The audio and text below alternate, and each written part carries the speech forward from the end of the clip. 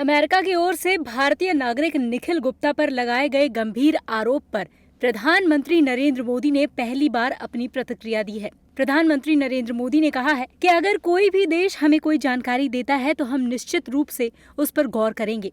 अगर हमारे किसी भी नागरिक ने कुछ भी सही या गलत किया है तो हम उस पर गौर करने के लिए तैयार हैं।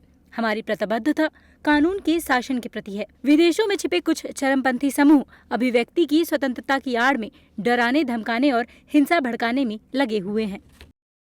बता दें कि अमेरिका ने हाल ही में निखिल गुप्ता पर अलगाववादी समूह सिख फॉर जस्टिस के जनरल काउंसिल गुरपतवंत सिंह पन्नू के खिलाफ हत्या की साजिश का आरोप लगाया है। अमेरिकी न्याय विभाग ने कहा था कि 52 साल का एक भारतीय नागरिक जो भारत सरकार का कर्मचारी भी है, उसने उत्तरी भारत में एक अलग सिख राष्ट्र की वकालत करने वाले न्यूयॉर्क शहर के निवासी यानी कि पन्नू की हत्या की साजिश रची थी। इन्हीं सवालों पर जवाब देते हुए पीएम मोदी ने कहा कि सुरक्षा और आतंकवाद विरोधी सहयोग दोनों देशों के बीच साझेदारी का प्रमुख घटक रहा है।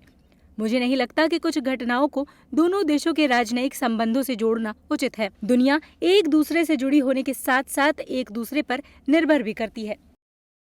क्या था पूरा मामला? बात करें इसके बारे में तो अमेरिकी न्याय विभाग ने कहा था कि 52 साल का एक भारतीय नागरिक निखिल गुप्ता जो भारत सरकार का कर्मचारी भी है, उसने न्यूयॉर्क शहर के निवासी की हत्या की साजिश रची थी। विभाग ने खालिस्तानी आतंकवादी गुरपतवंत सिंह पन्नू का नाम नहीं लिया था, लेकिन इसका इशारा पन्नू की ओर ही है क्योंकि गुरपतवंत सिंह पन्नू अमेरिकी शहर न्यूयॉर्क में ही रहता है। विभाग के मुताबिक ये भारतीय नागरिक निखिल गुप्ता सुरक्षा प्रबंधन और खुफिया सूचनाओं को देखता था।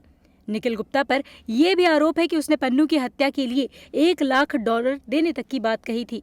इसमें से $15,000 की एडवांस पेमेंट 9 जून 2023 को कर दी गई थी, लेकिन जिस शख्स को इस काम के लिए हायर किया गया था वो अमेरिकी एजेंसी का खुफिया एजेंट था।